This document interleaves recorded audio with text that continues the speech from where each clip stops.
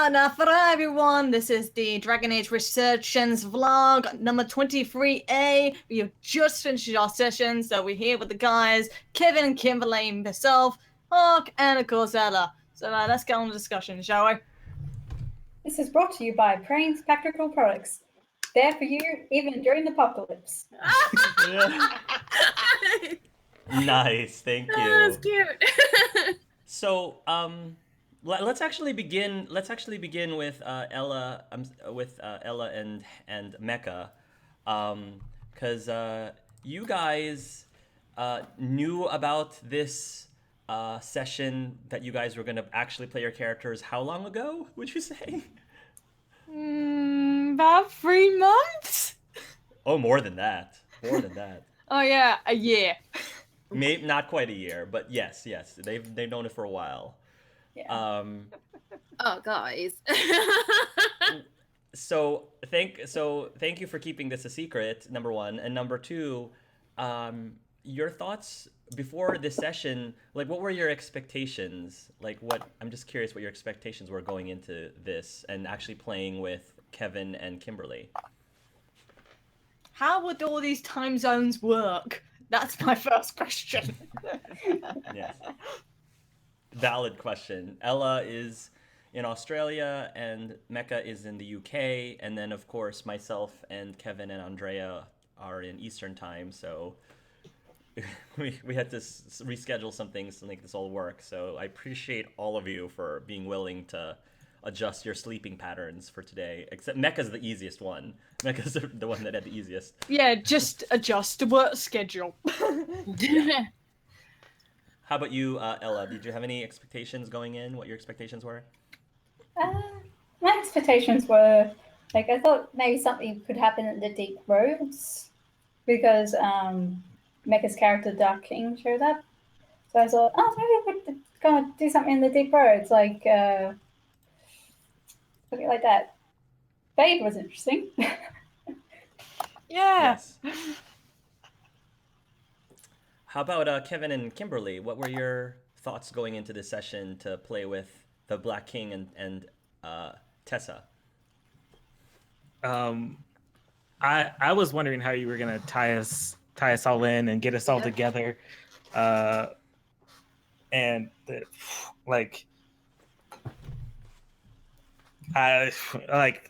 you tied us in really well. Like, there was just so much there for us to connect off of, and for me personally, it was listening to Tessa's background and actually participating in it a little bit was just really awesome. And then of course the Black King, getting to hear how things have slowly started to develop even after we left. It was really cool to hear about that. Mm-hmm.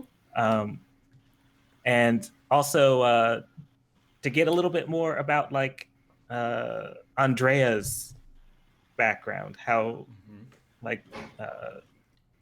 to see how she ended up into Venter, because we knew how she did, but it was just cool to see it and actually witness it. So yeah, that you just did a really good job tying all of us in. Thank you. It was really cool. It was cool that we all had those connections, character connections in our history. So that was really neat. I like to know that, the Black King had my back before I met him. He was just your little guardian angel you didn't even know. And I didn't even know. Yes, my darkspawn guardian angel. Man. And he gave me a boon. Yes, a very pretty boon. That's powerful. Very pretty boon, and I'm very excited about it. But I was really looking forward to it. I love both of your auditions a lot. I've commented, to you guys before because I loved them so much. They were both really unique. Because we've got a girl made out of lyrium, who talks to spirits in her free time, and then and the dead the rest of the time.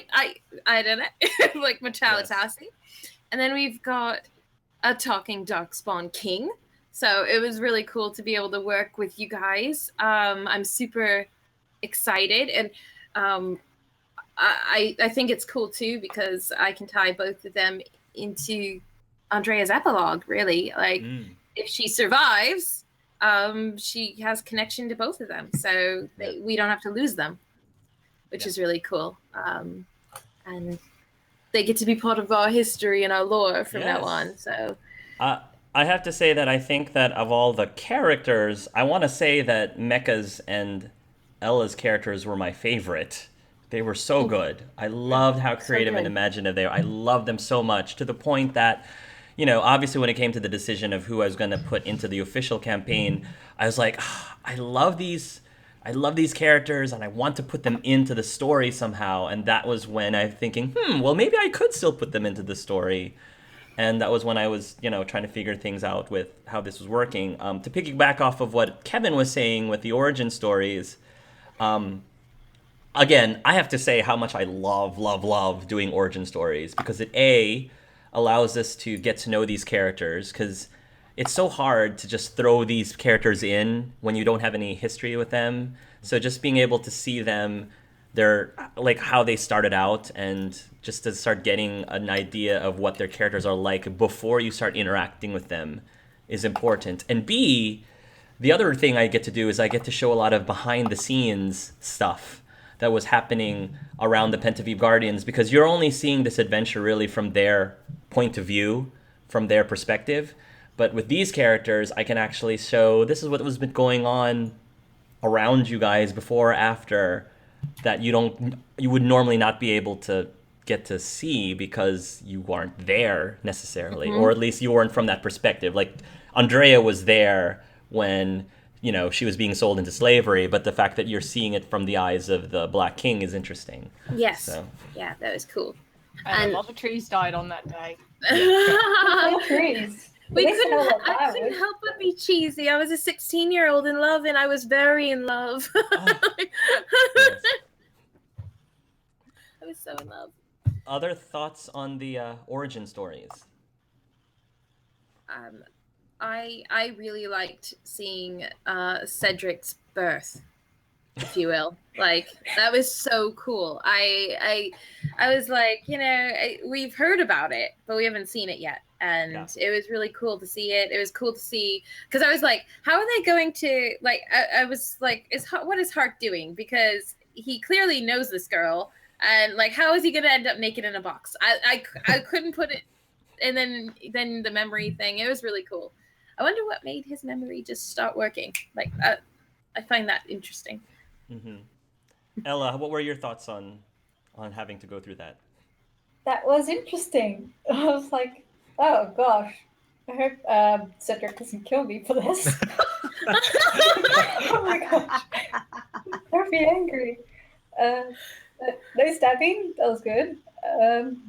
And thanks everyone for their kind words about characters. To answer your question, Andrea, you notice that all throughout this story, the key to Cedric's memory is when he starts interacting with people that he knows from his past, more specifically from Liam's past. And a key moment in his past was Hugh back in the day. And so when he started interacting with Hugh, because again, it was Liam who interacted with Hugh, not Cedric who interacted with Hugh back in the day in Navarra. Right. Hugh is the key that actually started to get him to start to keeping his memories. It was that bond that sort of formed between the two of them. So unbeknownst to Cedric, Hugh is the key to getting him to stop having amnesia every single day, because he started interacting with someone from his past. And that was like huge. Now, technically, Sanaya was also from his past, but it was still like dormant. It was not quite there yet. Not actual Sanaya, it was just like the actual Sanaya, right? But we'll talk about that later. That comes later in the session. So, how about Mecha? Mecha, your introduction in your origin story with Bellum the Blade, and establishing the first contact that the Darkspawn had with a human, and not just any human, but a Grey Warden. That was cool to see. Yeah, because the Black King is definitely he wants to be more diplomatic. He doesn't want to resort to violence unless it's like the last choice that he has to make. So he's trying to be as humble as he can, basically show some how can I say this, hospitality to any beings. Since I don't think that we'll ever be able to have the opportunity to find out otherwise, are you able to share with us some of the Black King's history or backstory that was never revealed in this session? Just, you don't have to, but I think it would be nice since we wouldn't be able to know otherwise. Yeah. Okay, I might as well start with the name, which is Okay. going to be the bombshell here. His actual name is Adrian Parvis. Parvis. Okay. He's related to Dorian. He's related to Dorian. Wow. Okay. So basically, in the actual story of the Black King, and the one that I made in my video, which has been slightly altered for this session, he's supposed to die in Inquisition. Okay.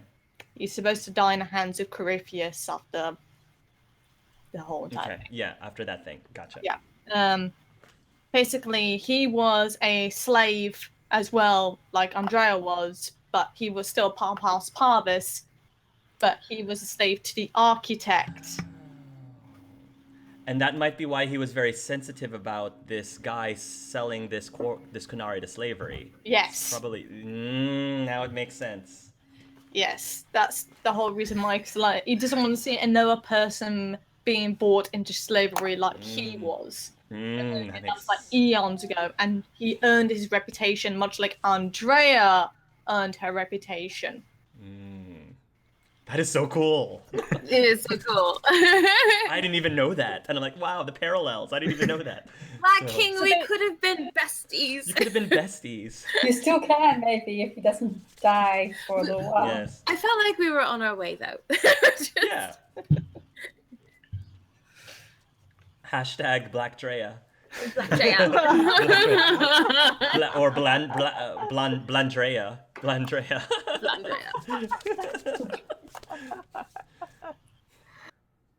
We get a little bit of backstory on what happened during Gascar Dupuy's final moments. Actually, I do have a question. I don't know if you don't have to answer it if it's not allowed, but Sure. did Eric and Ari know that Tessa was a prototype? They did know. Yes. Oh. They- Jerks! Those jerks. But I think the way I would explain it, I think Eric was trying really hard to treat you like a person.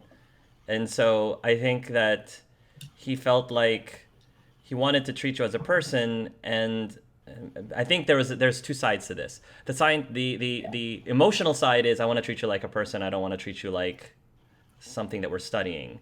The second, but the colder side, the scientific side is if she's self-aware that she's not really a person, then that's going to throw off their data while they are studying you. So there's like it's yeah. There's like the emotional side. It is. Oh yes, it's. I'll kill him for you. No, I'm just. There's a lot of. Yeah, I mean. I don't think Kenna would like that very much. But I mean, it's just one of those things. I don't think that Eric had any control. Like, he was just doing his job. He is following orders. I don't think he had a say into whether or not they were actually doing this. They just knew it's possible in order to create this ritual. And I think he felt that the best way to handle this situation, choose between the lesser of the two evils. The lesser of the two evils is to treat you like a person, and that's what he did. And I think Ari just. I think Ari liked you as a person, and I think he also followed suit, but I think he interacted with you less, just because he's not a mage. But Eric probably interacted with you more. How is the, because the sessions haven't come out yet, how is the reveal that the Fade is bleeding into the Thetis for you guys? What? Ella or Like Ella or Yeah, Hannah. Yes. yeah. What's going on with the Fade becoming part of Thetis? Like, Yeah. was that crazy? Yeah, it's basically just like, what? It's like, I But was you just like the Fade. It's your Same. favorite place, Tessa. You love the Fade. You go there often. You probably like the Fade more than you like the real world sometimes. But We had the same reaction. mhm. I was just like, okay, we're doing this now. Fine, I'll improvise. Yes. Back to the Black King, we find out about what happened with Aaron Cobb. Now, the thing with Aaron, he was that one character that I knew I wanted to throw in here at some point, but I wasn't sure what to do with him. So I did not really have a plan for Aaron for the longest time. I actually didn't know what his deal was until this morning when I woke up 30 minutes before the session. Because if before, it wasn't supposed to be Andrea and Cedric together in today's session. It was supposed to be Andrea and Theoben. Right. So because we had to make a change, I had to adjust, okay, I want Aaron to appear, but I want him to appear during Andrea's session. So I have the Black King, I have Tessa. What can I do with Aaron? I'm like, oh, let's make him a Grey Warden, and let's fit him into the Black King's origin story. And then and so that is how Aaron came to be what he was, is just because he was a floater. I was like, what am I going to do with this guy? Oh, okay. Just because Andrea's here now, I can fit him in with the Black King somehow. The other backstory kind of thing is everything that went on with Cedric was originally going to go on with Tessa if Tessa was chosen into this campaign. So back before I even knew who Kevin was, and I saw that Tessa, when Ella started pitching the story about her character, I was like, oh, that is such a cool concept. What can I do with that? And so before I knew about Kevin, I was starting to formulate these stories of what I would do with Tessa's character. And then a lot of it had to do with Ella's audition with Liam, because you asked specifically to interact with Liam in your audition, Ella. And that's how I started thinking about all these things. And then when things went the way they did and ended up being Kevin on the campaign, I was like, well, how do I still have Tessa's character involved somehow? I want her still to be involved, so when I pull Ella in, she can have some sort of connection with him. And I'm like, well, she interacted with Liam, and so if I have Liam being Cedric, then what if Tessa's soul was Sanaya's soul? And then I started thinking, oh, okay, so now I can set this up, which is why way back when in Halasair's origin story, back in session 1, Halasair actually runs into some of the Burgundy Robe people, if you remember, when she was fighting the Darkspawn that was attacking Kirkwall. And what I had intended was those were the same burgundy-robed mages that later got Sanaya's soul when she slayed the archdemon. And then, so that was basically the birth of Tessa in this campaign, was deciding they're going to take Sanaya's soul, and that will eventually become Tessa when Cedric as Liam meets Sanaya as Tessa. So a lot of pre-planning around that. A lot of big planning. So a lot of that came from Ella. A lot of that story plotline came from Ella specifically. That's so So cool. thank you for that, Ella. That's so cool. And sorry for that, Kevin. No worries, no worries. It's all right. It's all right. You saved him. I killed him. He's forgiven us both. I really wanted to before I knew that Tessa was Sanaya, and like and before I knew that Tessa interacted with Cedric beforehand, I wanted to like incorporate your interview with Liam. I was planning on going in and I wanted you to. Why do I have this? Like, why do I remember you from somewhere? But he would never place where it was from. And I wanted you to for that reason, but I couldn't say. You should say that, Kevin, because then that would throw off a hint. So I was like, "Oh, I hope he says it," but you didn't. So I was like, Yeah, I hope he says that because it would make so much sense. Yeah. That's funny. Yeah, I was definitely thinking about doing it, but then at the end, when I was listening to the story, I was like, because I wanted it to be specifically towards the interview, but it would be kind of confusing that it's like, oh, well, is it from when Cedric woke up or both? I mean, I guess it still would have made sense, but yeah.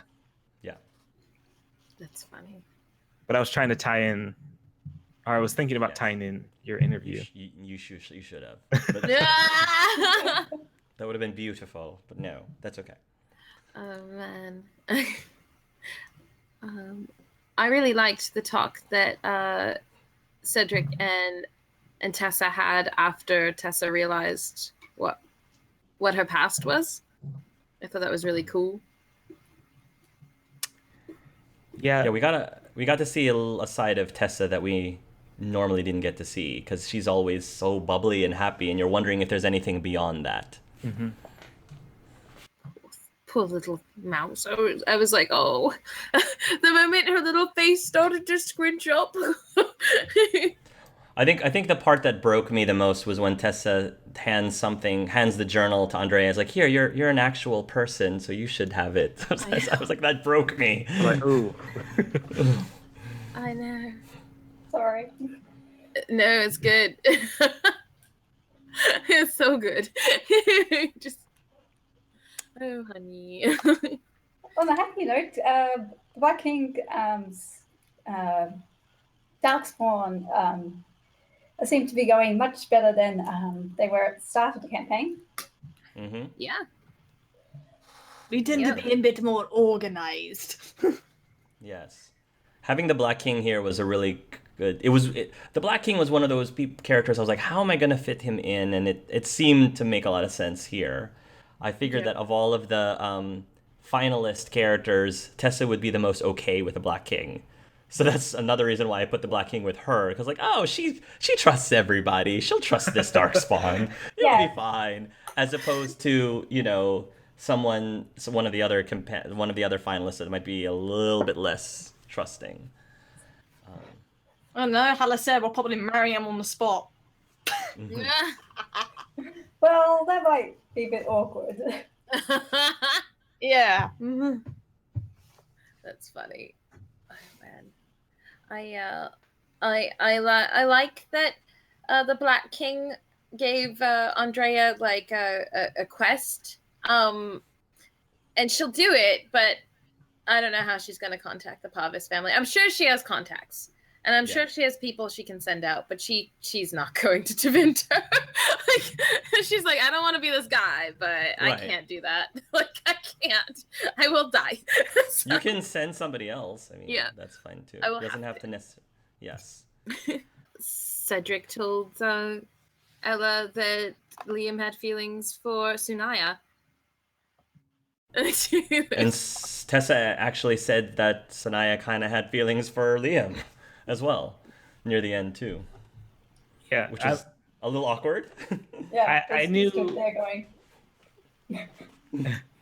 I knew from what you said before, when Liam was falling through the sky, that he was okay with what was happening. But I also wanted to include something else that actually kind of morphed Cedric's belief, and that was him having that one tiny regret of not saying anything. Got it. And so I hope that was okay that I said that. But and I think that definitely changed, like him making that realization is helping him make a change to how he's reacting to certain things now. Like because what? Like what? Kevin? Like what, Kevin? Because we keep throwing ourselves into these situations, and we don't know if we're gonna make it out. Like there's been a bunch of close calls, and I feel like if something bad were to happen to Cedric or the person who he's walking back to the White Spire now with,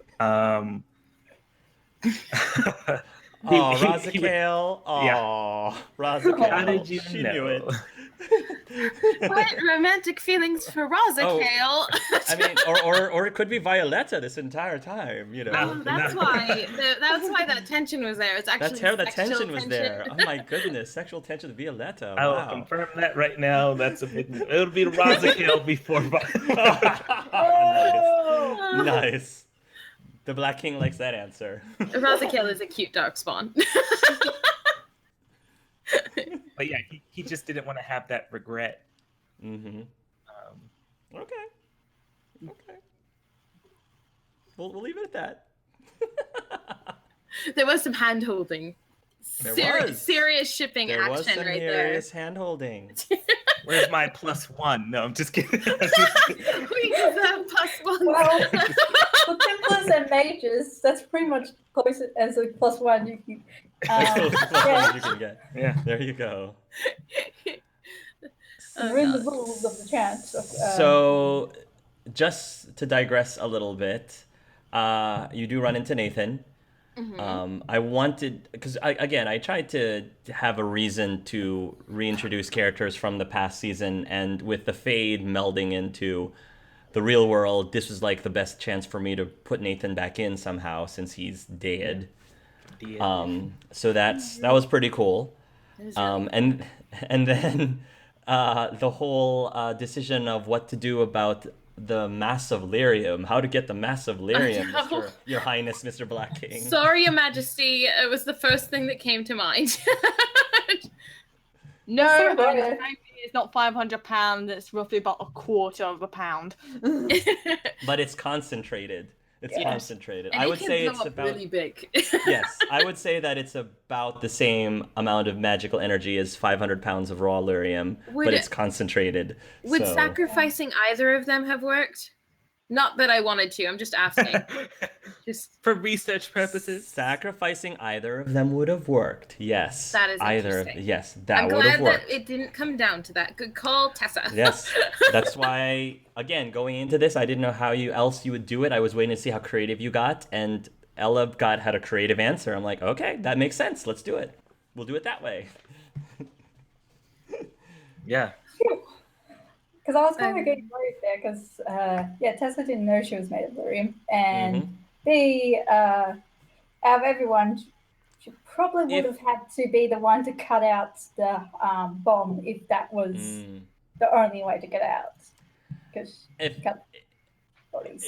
if it got down to it and they realized that your whole body was made of lyrium, would you have sacrificed yourself?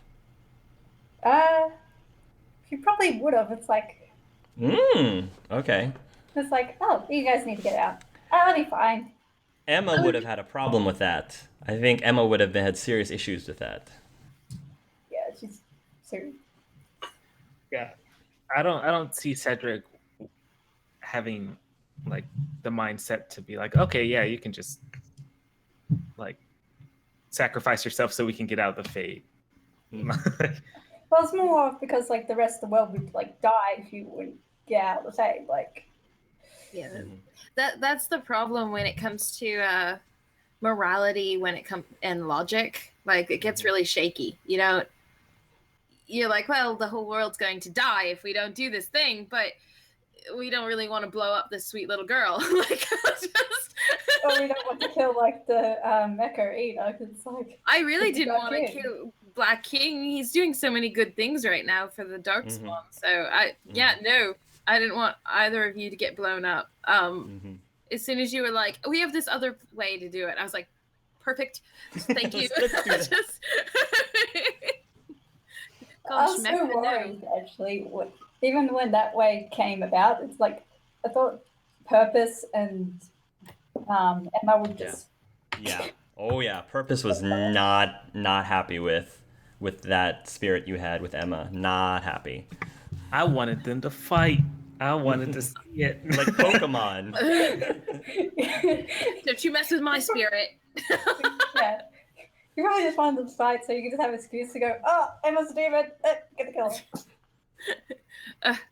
Oh man, that was rough when we first saw her, because I was like, oh, how am I gonna do this without, without attacking, Emma? I didn't want to do that, but I was like, oh, it's a demon.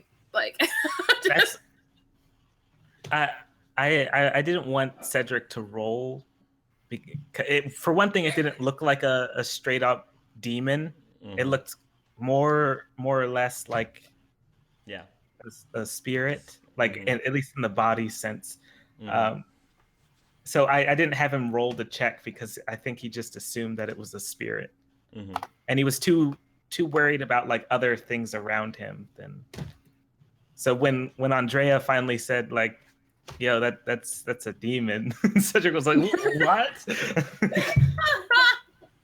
There's a lot of irony in this episode. I'm glad there was no fighting, like at all. Apart from the little sparring match. Yes, which was cool. Which was really trial cool. by combat. We approve of trial by combat. I have to ask Mecha, what was going through the Black King's head when he decided to show mercy to Aaron? Yeah. Because he could have killed him, and I would have been perfectly okay with you killing him. Well, it's fact about me that he managed to hit him like just with managed to give a good body shot. Like, I'm impressed. You show worth. I'm going to let you live for now. In a sense. Gotcha. Too much more pity more than anything. More of a pity, yes. Very cool. And then, Ella, there was the journal. The journal. What is your thoughts as a character, as Tessa, and then what is your thoughts as a person about what you learned in the journal? Makes me feel a lot more conflicted about Quentin as a character. I'm not Quentin, Gaspard. Gaspard, yes. Yeah, I thought he'd be more bold and calculating and like evil, but yeah, it's had a bit of heart. Like, I really appreciated that he actually is like, oh, this person needs to know that this exists. Like, they actually wrote down information and didn't get burnt. Yeah, he could have just died and not given you the key or anything, but for whatever reason, he felt like you needed to know something. I feel like he's a means to an end kind of guy, but he has a heart underneath it all. But that was the feel I got from it. Like, he's very much, I'll do whatever it takes to get to the end that I want, but he's still a person, and that was what I got from him. I forget, was Gaspard's motivation that he had a sister that died? Was that what it was? I feel like that was the case. I think that I vaguely remember that. Yes, so that might have been his original motivation. Yes. It's been a while since I've played 2. Yeah, it has been a while. Yeah. But anything else before the end of vlog? No. Just that it was really fun to play with you guys. It was great to see you guys and interact with you guys. It added something new and fresh to it, so it's just a lot of fun. When this campaign ends, and depending on who does or doesn't make it to my next campaign, maybe you guys could consider starting up your own new campaign with some of these other players. Just throwing it out there. So, ooh. So, and that goes with goes with not only the people participating today, but the other 2 sessions, session 23B and C, that goes towards that as well. If any of you are interested in continuing to play tabletop with some of the friends you're making here. They're just throwing it out there. So. Yeah. Okay. Well, thank you guys. Signing out. No, I'm just kidding.